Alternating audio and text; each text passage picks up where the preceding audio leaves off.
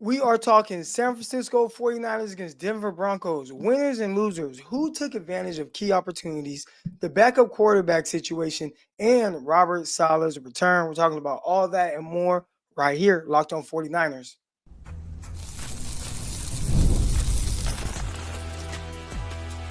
You are Locked On 49ers, your daily San Francisco 49ers podcast, part of the Locked On Podcast Network, your team every day. Welcome to another episode of Locked On 49ers. I am your host, former NFL and AFL defensive back, Eric Crocker. And of course, as you can see, I'm riding solo today to talk all things 49ers. My guy, Brian Peacock, out there on vacation right now. I would like to let you guys know that today's episode is brought to you by Gametime. All right. Today's episode is brought to you by Gametime. Download the Gametime app, create an account, and use code Locked On NFL for $20 off your first purchase. All right, a lot to get into today as it pertains to the 49ers. And I wanted to start with the backup quarterback situation. Obviously, the 49ers brought in Mac Jones. You got Taylor Mordecai. You got Gus Bradley's son.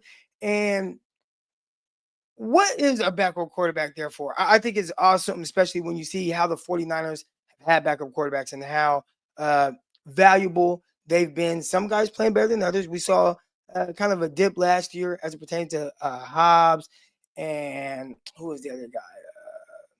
Blanking on his name right now. Why am I blanking on the backup? Allen, excuse me, Allen. All right, but you had Allen, you had Hobb, and you watched those guys, and you felt like you get a little something out of them, but there was a big drop off when the 49ers played the Green Bay Packers.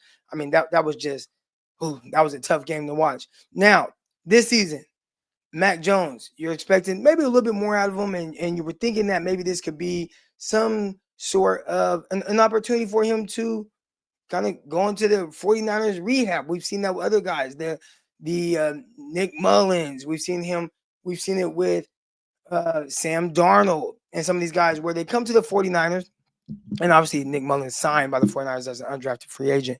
But they come to the 49ers, they're backup quarterback, and they earn spots somewhere else, whether it's a starting quarterback spot or just maybe a lifetime backup spot. And I just watched a little bit of Nick Mullins yesterday playing for the Jacksonville Jaguars. But what is a backup quarterback's spot? What are they trying to do? Ultimately, their role is not to be this great guy that comes in and he's just going to excel and he's going to light it up. Now, if you're trying to develop a guy and you want him to develop into that to ultimately replace whoever your starting quarterback is, yes. But when you have Brock Purdy, you know exactly who your starting quarterback is. They are not looking to develop the future of the 49ers behind him. So you need someone who's going to come in, really help the starting quarterback stay prepared. So when you look at Mac Jones, he's been through a lot of ups, a lot of downs. I don't think Mac Jones is the backup quarterback because he's going to come in and just light it up. All right, even though he kind of did on the first throw. We'll discuss that a little bit and how it was reminiscent of another big throw early in the game, in the preseason game a few years back. All right, but you want your backup quarterback to be able to just come in and help your starting quarterback. However, your quarterback needs help. All right, he may be doing cut-ups. You got guys that are cutting up clips of all the third down defensive plays from a defense that you're going to play in the next game, right? Like, what do they like to do on third downs? They make cut-ups of that. What do they like to do on first downs, second downs? They are there to prepare the starting quarterback. They are not there to take a job. So I think that was very apparent with how it looked yesterday with the 49ers backup quarterbacks. Bradley and Mordecai, they just looked in over their head. One thing that I try to take into account, these guys are not playing with starters. All right, now, Jordan Watkins, we'll see if he turns into being the starter. But right now, they're not playing with starting offensive line. They are playing with a lot of guys that most likely won't be on the team moving forward. So when you think of even Mac Jones out there, however it looked, it wasn't great. And there were some things that were on him, and we're definitely going to get into that. But overall, is he a guy that's going to be able to see the game a certain way and give that information to Brock Purdy? That's ultimately what you're looking for. Now, let's talk about his performance because it was very up and down. The up started off right away. Jordan Watkins hits him on a 50-yard pass, big play. I had the over on Mac Jones passing yards on Underdog Fantasy, and he came out with that 50-yard play. I'm like, oh, 80 yards, that's all he needs, 30 more yards. I got that in the bag. Well, he didn't throw for 30 more yards. He threw for like 20 more yards. So that was a little unfortunate for me. But comes out, throws a beautiful slot fade. And what you guys may or may not remember, that was the exact same concept, at least to the left side of the field, when Trey Lance hit Danny Gray up the seam, slot fade, threw a perfect pass, and it ended up being an explosive play for Trey Lance and Danny Gray. That was early in the preseason game. The Green Bay Packers, I believe it was. You had a sit route by one, and then you had two run this seam route, slot fade, and perfectly placed ball. So two times, that seems like something like the 49ers like to come out. And I don't know if it's just a look to get a guy. Teams are going to come out and be a little simple on defense, typically. So, all right, they're going to go man coverage. They may go single high. Let's hit them with a slot fade. And I like that. Perfectly thrown ball, great execution. But after that, it was not great for Mac Jones. And each quarterback in this preseason game for the 49ers threw an interception. Definitely don't want to see guys turning over the ball. Even more worrisome than turning over the ball, just late with throws. Mac Jones on his interception, just late, throwing the ball to the sideline. That ball has to come out now. Obviously, the receiver could have worked back to the ball maybe a little bit more to try to defend it, but it was just so late. The cornerback had a great jump on it. Toe tap interception, awesome. Play by the defensive back. Don't want to take anything away from him. Later in Mac Jones' opportunity that he had out there on the field, one hopped a screen to Jordan Watkins, excuse me, one hop to screen. Now, those are things where you just don't want to see that. So you're late on a deep out comeback, all right, that ends up getting intercepted. You have a coach that's like, all right, let's reel him back in. Let's try to get him in. Let's try to get him in a rhythm here. All right, so you're trying to get him in a rhythm, and you want to throw a screen pass, and you one hops it. Those are things that you just don't want to see from a backup quarterback. At least make the plays that are there to be made. You start off big play to Jordan Watkins, and then after that, it almost looked like he was just being a little rushed, right? Had some pressure on him, got a sack. Not a great job by some of the reserve offensive linemen by the San Francisco 49ers. And you just continue to watch, and it almost seemed like the longer Mac Jones played, the worse it kind of got. Now, I need to go back and watch it again because there is a saying in football, it's never as good as you think it is. It's never as bad as you think it is. So maybe Mac Jones' outing wasn't as bad as it looked. But there were definitely some things early on that I just did not care to see, especially one hop in the screen pass. It's just something that should not happen. All right. So not a great outing, but I guess you got the full Mac Jones experience. An accurate 50-yard throw to Jordan Watkins, and then some head scratchers that Kyle Shanahan will be looking over and saying, not great, not great. Now, the new is in the chat, and he says, the backup O-line is rough. And there were some guys that had some opportunities there on the O-line and just did not look the best. San Francisco 49ers trying to find, like, okay, who is their swing tackle going to be? And right now, that is a huge question mark for them. It is very clear one guy that they would like to maybe take hold of that, and that is Burford. All right, Spencer Burford playing that left tackle spot, and immediately, just gets just drummed and gives up a sack. So those are definitely things that you don't want to see. Spencer Burford, as Shannon John said, I think Burford was the biggest letdown. I agree. Because that was a guy like we've been waiting to see him at left tackle. He's been playing guard. He has started a lot of games at guard, and you're just assuming like, all right, let's put him at left tackle. That was a position that he played in college at UTSA, and you're always wondering, man, why the 49ers move him to that guard spot? Did okay at guard, up and down. Again, trying to work his way into being that swing tackle guy, but with no Trent Williams out there, you get an opportunity, and wasn't the best outing for our guy Spencer Burford. I'm still rooting for him. All right. Don't Bother Me says Burford needs to move from tackle. All right. Hey, we will get into more of where Spencer Burford should be, but I want to give him a little bit more of an opportunity. But yeah, yesterday, not a great outing. And you also have to think, who is he getting beat by? Are these the Green Bay Packers? I mean, excuse me, are these the Denver Broncos best defensive linemen that they're rolling out there? Probably not. Probably not. So, not a great outing by the backup quarterbacks. Mac Jones, I expected a little bit more out of him. And then the other guys came in, Mordecai, Bradley, and I felt like it was even worse. I mean, the 49ers really struggled to get anything going offensively. They damn near scored more points on defense with the safety than they did on offense. All right, so not a great outing, but there were definitely some positives to take away from this. So we're going to get to all that and more next. This episode of Locked On 49ers is brought to you by Yahoo Fantasy. Fantasy football is back, so fire up that group chat, get your draft board ready, and buckle down for a season filled with breakouts, busts, and all the overreactions that we live for. It's all going down right now on Yahoo Fantasy. All right, look, myself, Brian Peacock, we're playing Yahoo Fantasy, and you should too, whether it's your first time or you are a veteran for your millionth time playing in a league. To celebrate 28 years of fantasy football greatness, Yahoo Fantasy is dropping 28 big new features over the next 28 days. All right, giving you more ways to play, more ways to draft, and more ways to win.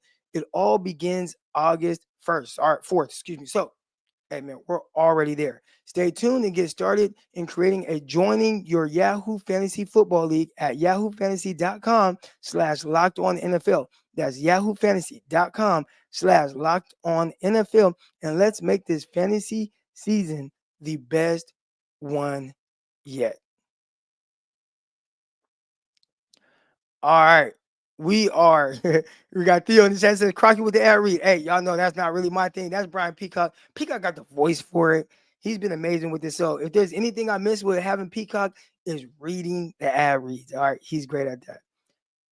Theo in the chat says, I want to know DB coach Eric Crocker's 49ers DB depth. All right. So that's the next thing, right? Guys taking advantage of opportunities. And I want to start with Robert Saleh, having him back and certain things that he showed, and then how the guys on the back end definitely played for him. All right, so Robert Saleh early on, dialing up some bluffs or some overload blitzes to one side, coming off of the other side, and obviously backup quarterbacks are not used to seeing some of those things, and you don't see a whole lot of like exotic blitzes in preseason, but the 49ers were definitely showing different looks, bringing something else, confusing Green Bay Packers quarterbacks early on. I keep saying Green Bay Packers, excuse me, Denver Broncos. I'm going back to that Trey Lance preseason game. All right, but Denver Broncos quarterbacks early on. Now, one quarterback that the 49ers did not confuse or Jarrett Stidham when he got in there, man, completed 14 out of 15 passes, 136 yards, 2 touchdowns, no picks. He even ran for some yards. I think he led them. Yeah, he led the Denver Broncos in rushing yards with 36. So the 49ers had no answers for him. But when it came to Bo Nix was confused. Bo Nix was like, what the hell is going on out here? And Robert Saleh was dialing it up, really confusing him, sending guys showing this, bluffing this, rolling coverages.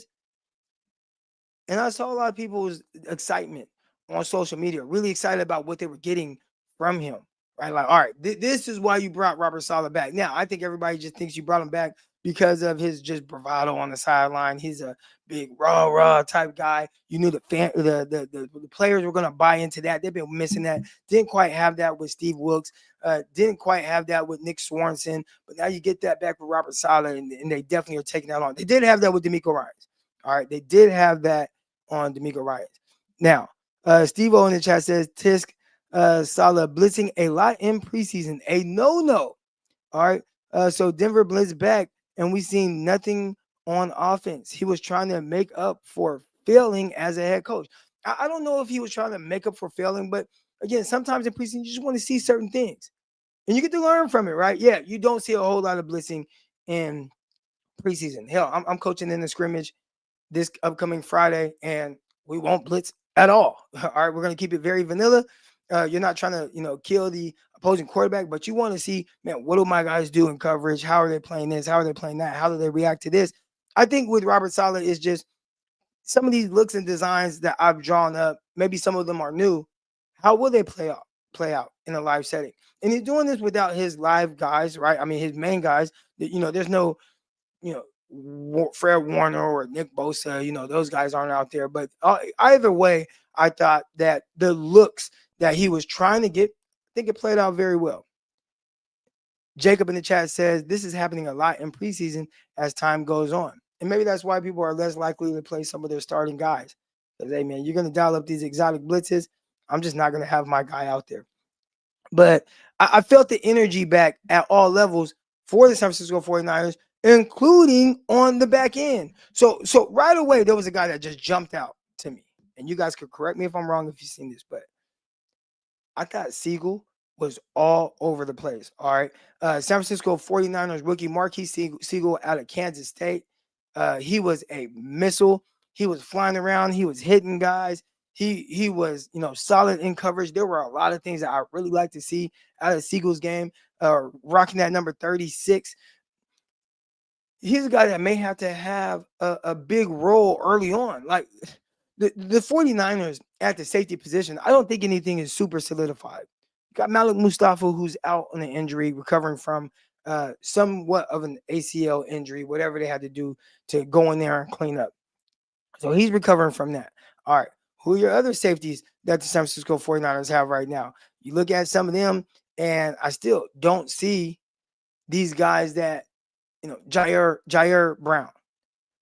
What is Jair Brown going to be for the 49ers at the safety spot? I think they're still kind of up and down with him. So Jair Brown, Malik Mustafa right now, those will be your starting guys. They brought in guys like Richie Grant, Jason Pinnock, Cyron Neal. Cyron Neal is more of a special teamer. Saw him on the sideline. So Marques Sigle has a great opportunity if he could show some flashes early on. And I thought he did just that. And not just against any group. I mean, it was the starting group for the Denver Broncos. Almost called them the Green Bay Packers again. It was the starting group for the Denver Broncos. So it was awesome seeing that guy fly around and do some good things. Now, he took advantage of it. Other guys like Chase Lucas breaking up passes down the sideline. I listed a few corners that really jumped out to me. Darrell Luter had a nice pass breakup in the end zone. Flowers had a nice pass breakup. And it's not like these guys were just perfect all night. There was a terrific play by Trent Sherfield. All right, we had the Trent Sherfield sighting. I saw someone call it the Trent Sherfield revenge game. So there was some of that. The offense got some of theirs. But, man, a lot of these young defensive backs for the 49ers on the back end that were in early on flying around, I thought they did a really good job of saying, hey, we can create some depth, while a lot of people thought that this may be a big issue for the 49ers, like the depth at the cornerback position or definitely at the safety position. Like the safety position or something heading into the season, I'm not going to lie, just a little worried about. So seeing guys make plays on the ball, break up passes, I mean, they're throwing go balls to that big receiver out of SMU. Why am I blanking on his name right now? Courtland Sutton. How did I forget Courtland Sutton's name? All right, Courtland Sutton, the guy who just got a big contract. And you're watching some of your reserve corners go in. Like, there wasn't Diamondor Lenore out there. Green's not out there. Heck, they didn't even play the rookie Upton Stout out there. So to see these guys making plays on the ball, on the back end, love seeing that from San Francisco 49ers reserve players. Was that 6999? In the chat, he says, does Sigle and Brown play the same position? I think ideally when it comes to free safety, strong safety, the thing you want more than anything is for them to be interchangeable. So we've seen that with whoever's at the safety position for the 49ers in previous years, right? Everyone looked at Jaquiski Tartt as the strong safety, Jimmy Ward as the free safety. But if you watched a lot of what they did, man, those guys would rock and roll. All right, they would rock and roll a lot. You come down, play man, you would see Jaquiski Tartt come down, play man. You'd see Jimmy Ward come down, play man on slot. So I do think a lot of times you'll see sometimes like a different skill set with like Hufanga and maybe Malik Mustafa, right? Which actually I think they may be a little bit more similar. But Jair Brown and what he was at Penn State. I think, if real coach, if you sat them down and you asked these DB coaches, Do you want a strong safety and a free safety, or do you want just two safeties that are interchangeable? I think they will go with two safeties that are interchangeable, two safeties that can tackle, two safeties that can cover. So, do they play the same position? Maybe on paper, they don't, maybe. But I think if you ask Robert Saleh, he would say, man, I want these guys to be very interchangeable. Another guy who I don't want to say he's trying to prove me wrong, but I have my questions, I have my doubts about young Junior Bergen and what he was going to look like as a returner at the NFL level. And I'm like, all right, at the FCS level, man, you're running all these touchdowns back, but the NFL speed of the game is faster. Big guys, 6'4", running being 250, running 4'4", 4'5", running down on punt and kickoff. What would Bergen look like? And his first punt, he caught that in flip field position. I believe it was a 28-yard return that he had. I was like, wow, look at Bergen trying to prove me wrong. All right. The game did not look too fast for him, at least with the special teams units that are playing right now. Good vision, cut back, got up the sideline, picked up a lot of yards. I think ultimately, as a returner, the biggest thing is just having sure hands.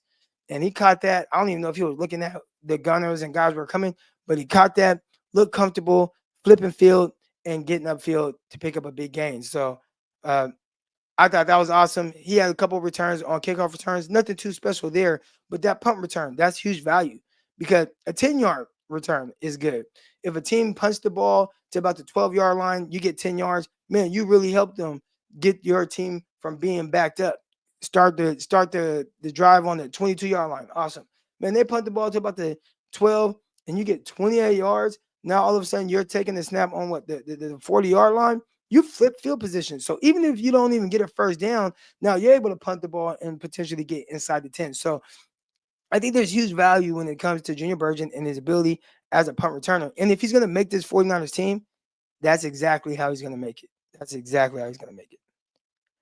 All right, we're going to talk about some of the guys who made a case for themselves to be inserted in some kind of a role for the San Francisco 49ers.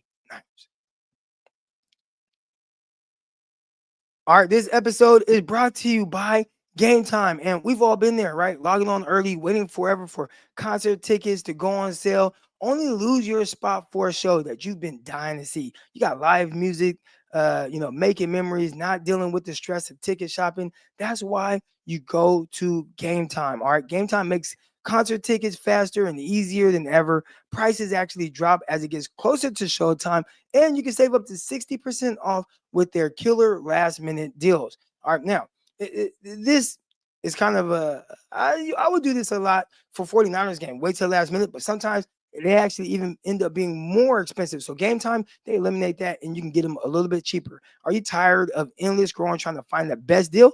Gametime zone deals pick the best seats in your section for you. Or even wonder if you if you will actually look like before you buy.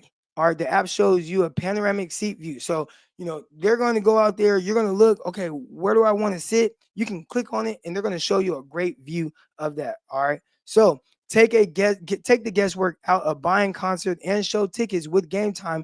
Download the Gametime app, create an account, and use the Locked On NFL for $20 off your first purchase. Terms and apply. Again, create an account and redeem code Locked On NFL for $20 off right there on Gametime. All right.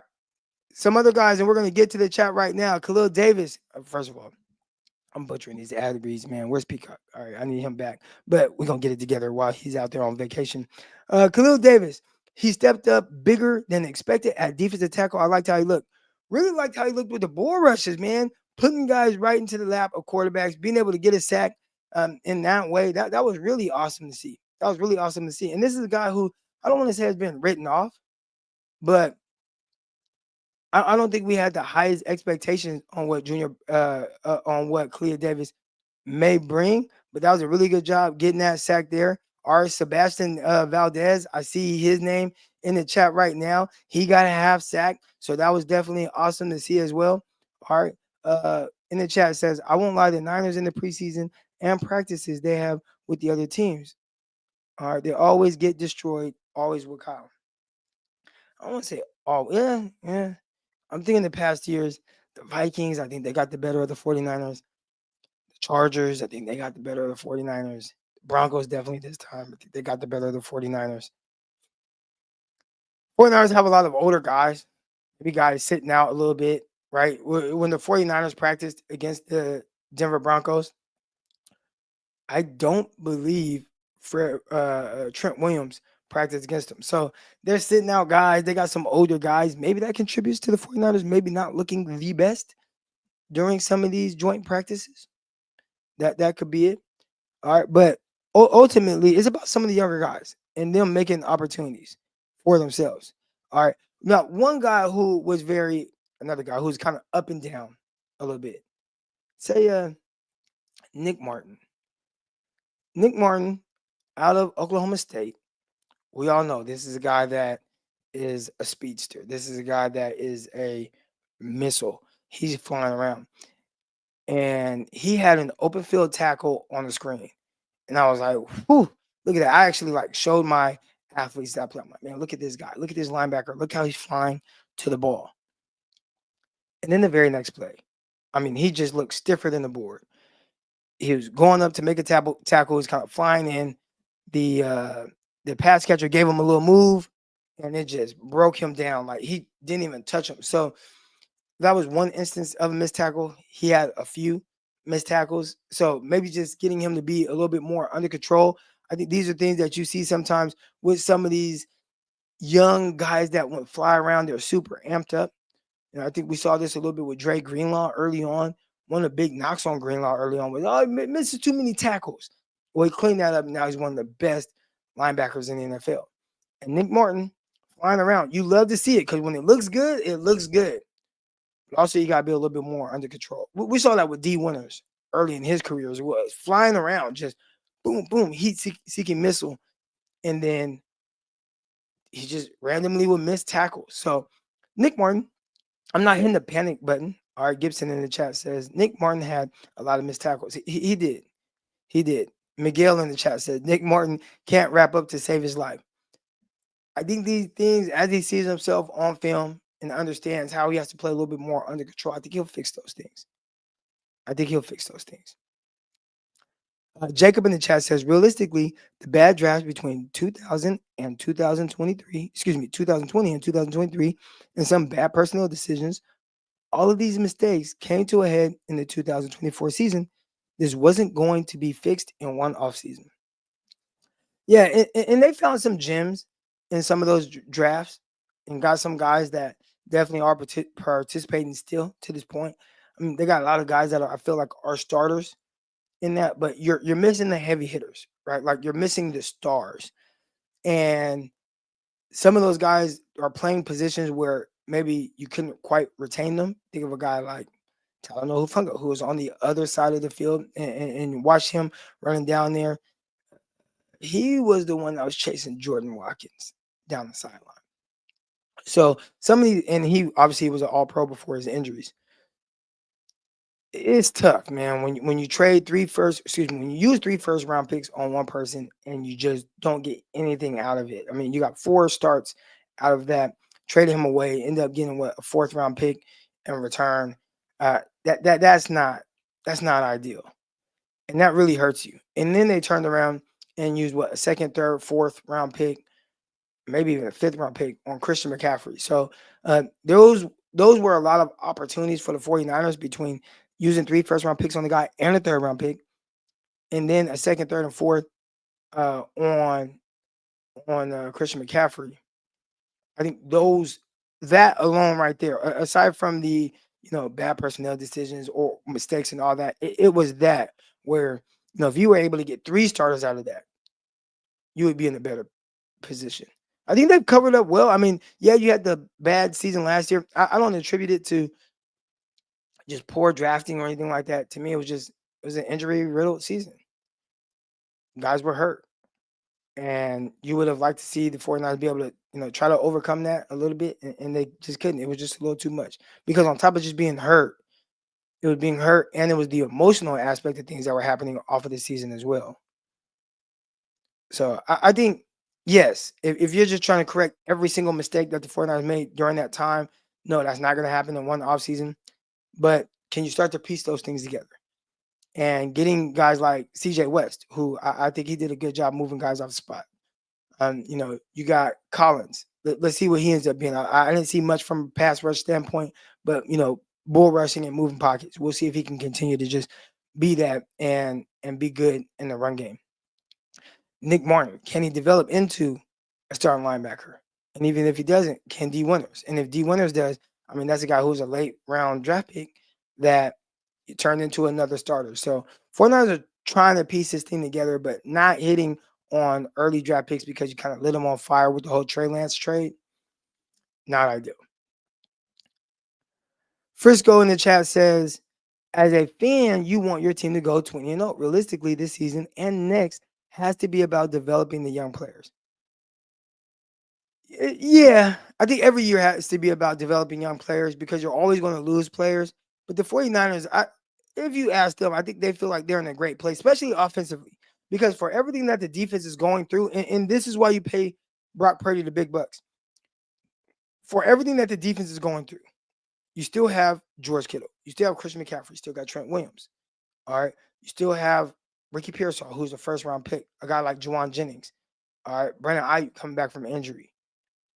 There's still a lot of pieces offensively that you put around Brock Purdy to where even if your defense isn't great, can you score enough points? And I think they're going to have to really lean on their offense during the time. Yes, not going 20-0, but the offense is going to have to put up a lot of points. And I don't think they'll have to put up as much as, you look at the Cincinnati Bengals situation last year where there was like 4 or 5 games. Joe Burrow lost games where they scored 38 points, 38 points, 34 points, 34 points, and 33 points. You are not supposed to lose those games. 38 points, 38 points, 34 points, 34 points, 33 points. I don't think the 49ers defense would be that bad at all, even as they go through this transition of playing a lot of younger guys. So definitely want to develop guys, but I still don't think it's a bad situation. And I heard, I think it was Fred Warner, was it? No, it was George Kittle talking about the 49ers strength of schedule. It's like, man, these are all NFL guys. They are, but come on, we're not idiots. I think we all know that regardless of what the schedule is, yeah, it's tough to win football games. It is. But the 49ers have a really good opportunity with what they've been given. And from year to year, things can change. Teams can change. But this is a great opportunity for the 49ers to win double-digit games while going through this transition. You're not playing the AFC West, playing the AFC South, which the Jaguars, the Indianapolis Colts, you have the Houston Texans, which I think they'll be very competitive. They'll be healthier too. They made a playoff run while losing Stephon Diggs to injury. They lost Tank Dell to injury. They had a lot of things not going their way, and they still made a playoff push. So they're a good team. And then you have the Tennessee Titans with a young quarterback. So you play 3 teams: Jacksonville Jaguars, Tennessee Titans, and Indianapolis Colts, where it's like those gotta be wins. You play the NFC South, while Tampa Bay will be very competitive. Atlanta, we'll see what they end up looking like. Was it Carolina Panthers? We'll see. I think that the 49ers have a great opportunity to win a lot of games while going through this transition period. All right, guys, that's going to do it for this episode of Locked On 49ers. I'll get better at reading these ad reads and everything, but we got a lot more things to talk about. We're going to have some guests on here while my guy Peacock is out. You guys make sure you guys keep it locked right here on Locked On 49ers. Oh, subscribe, like, and thank you for making this your first listen of the day.